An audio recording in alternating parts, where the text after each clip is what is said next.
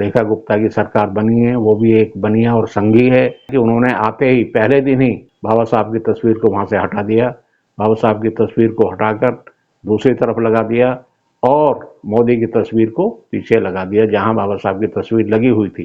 साथियों, सभी को जय भीम, नमो बुद्धाय।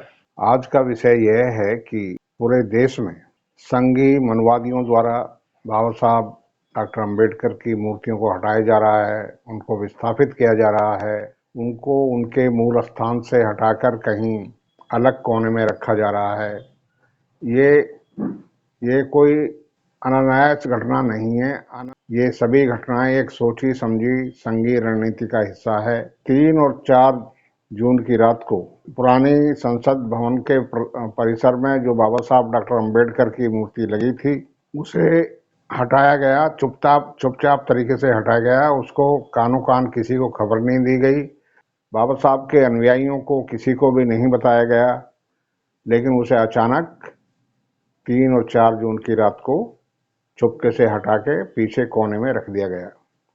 ये एक सोची समझी संघियों की रणनीति है। वो नहीं चाहते कि बाबा साहब की मूर्ति को, बाबा साहब की तस्वीरों को दर्शक दीर्घा में रखा जाए ताकि वो उसे देख सकें। वो ऐसा नहीं चाहते, वो उसको छुपाना चाहते हैं, क्योंकि आज इस देश में मनवादी और संघियों को ये पता है कि अगर इस देश में मनवादी संघियों को कोई खतरा है तो वो सिर्फ बाबा साहब डॉक्टर अंबेडकर की विचारधारा से है, जिसकी वजह से वो उसको छिपाना चाहते हैं, उसको ढकना चाहते हैं और कितनी भी चालें चलकर उसको पब्लिक से ओझल करना चाहते हैं। तो अब सोचना जो है दलितों को है कि क्या आप फिर भी इन मनवादी संघियों और संघी भाजपा के समर्थक बने रहेंगे?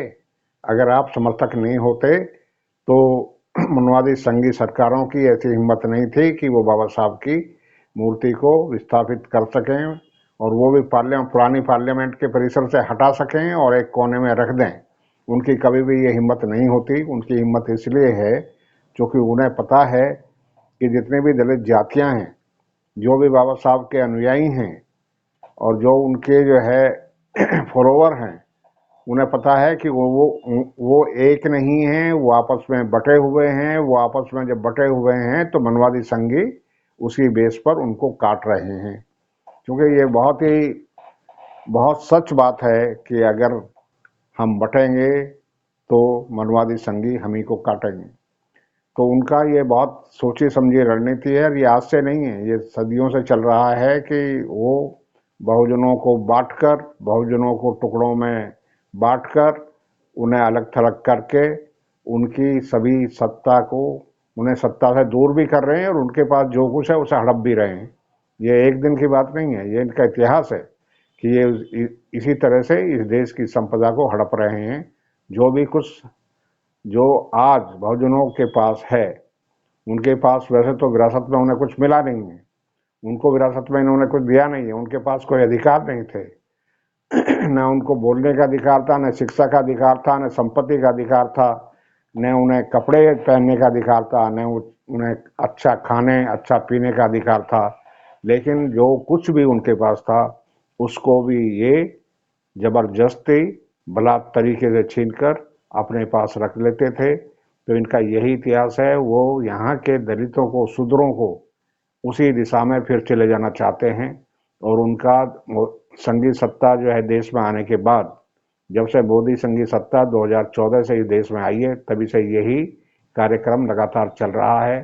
मोदी ने बाबा साहब की तस्वीर, बाबा साहब का स्टेचू जो पार्लियामेंट के परिसर में लगा हुआ था, उसको 3 और 4 जून की रात को चुपके से हटवा दिया। शायद ये उसको लग रहा था कि सत्ता तो बीजेपी की आएगी, लेकिन बीजेपी की लंगड़ी सत्ता आई, वो पूरी सत्ता नहीं आई। तो फिर भी उनको ये शर्म नहीं आई, उन्होंने 3 और 4 जून की रात को चुपके से रात के अंधेरे में हटाया गया। यह एक बहुत बड़ा षड्यंत्र था। और ये षड्यंत्र भी क्यों था? क्योंकि जो है बहुजन समाज के कुछ एक तथाकथित सामाजिक संगठन उनके साथ गलबैयां कर रहे थे, उनके साथ मिले हुए थे, उनकी सरकार के कुछ एक गुलामों के साथ बातचीत भी कर रहे थे। लेकिन उनसे कोई हल नहीं निकला और उन्होंने वो मूर्ति चुपके से हटा दी, दोबारा वहाँ नहीं लगाई। अब अप्रैल बहुत नज़दीक है, सिर्फ एक महीना ही बीच में है। एक महीने के बाद 14 अप्रैल यानी बाबा साहब डॉक्टर अम्बेडकर की जयंती का दिन होगा, और जो पूरे देश में बहुत धूमधाम से मनाया जाता है। पार्लियामेंट स्ट्रीट पर लाखों की भीड़ जुटती है। अब देखना यह होगा कि अब यह भीड़ वहाँ पर कैसे जाएगी, क्या करेगी, क्या वहाँ होगा, यह सबके देखने का विषय है। तो साथियों, इस मौके पर मैं आप सबसे ये निवेदन करता हूँ कि आप सभी जो बाबा साहब के अनुयायी हैं, क्योंकि बाबा साहब के अनुयायी सिर्फ भारत में ही नहीं, पूरे देश में, पूरी दुनिया में फैले हुए हैं। बाबा साहब की मूर्तियाँ भी कई देशों में स्थापित की जा रही हैं, पूरे यूरोप और अमेरिका में भी स्थापित की जा रही हैं। तो ये सोचना सभी को होगा कि बाबा साहब का कद बहुत ऊंचा है, तो उनकी मूर्तियों को इस तरह से हटाना उनका अपमान है। ये हम ही सभी बहुजन समाज के सभी जातीय घटकों को ये समझ लेना चाहिए कि अगर बाबा साहब का अपमान है तो पूरे बहुजन समाज का अपमान है। और बाबा साहब का अपमान सिर्फ किसी एक जाति का, किसी एक जातीय घटक का अपमान नहीं है, पूरे बहुजन समाज का अपमान है। और संघी लोग यही चाहते हैं कि पूरे बहुजन समाज को नीचा दिखाया जाए, उनका अपमान किया जाए, उनके कद को छोटा किया जाए, उनको जो है नीचा सोचने के लिए मजबूर किया जाए। आज इस देश में कम से कम जो जागरूक लोग हैं, बहुजन समाज के जो जागरूक जातीय घटक हैं, वो ऐसा नहीं होने देंगे। हम ये संघी सरकार को, हम सरकार में बैठे संघियों को, मोदी और शाह और उनके दूसरे लफरझंडिसों को ये चैलेंज देना चाहते हैं कि या तो वे रास्ते पे आएँ, बाबा साहब के साथ खिलवाड़ न करें, बाबा साहब के साथ अपमान की घटनाओं को अंजाम न दें। अभी हाल में दिल्ली में संघी सरकार बनी है। संघी सरकार तो केजरीवाल की भी थी, वो भी संघी था, लेकिन एक संघी जाने से दूसरी संघी आई है। बदला कुछ भी नहीं है, लेकिन बदला सिर्फ इतना है कि उसमें इतनी हिम्मत नहीं थी। केजरीवाल की संघी सरकार में कम से कम ड्रामा ही सही, नाम लेने के लिए ही सही, लेकिन वो बाबा साहब का नाम लेके चित्र अपने कुर्सी के पीछे लगाकर बाबा साहब का नाम ले रहे थे। तो अब उन्होंने जो नई सरकार आई है, जो रेखा गुप्ता की सरकार बनी है, वो भी एक बनिया और संघी है, लेकिन उसकी और इनकी मानसिकता में थोड़ा फर्क ये लग रहा है कि उन्होंने आते ही पहले दिन ही बाबा साहब की तस्वीर को वहाँ से हटा दिया, बाबा साहब की तस्वीर को हटाकर दूसरी तरफ लगा दिया और मोदी की तस्वीर को पीछे लगा दिया जहाँ बाबा साहब की तस्वीर लगी हुई थी।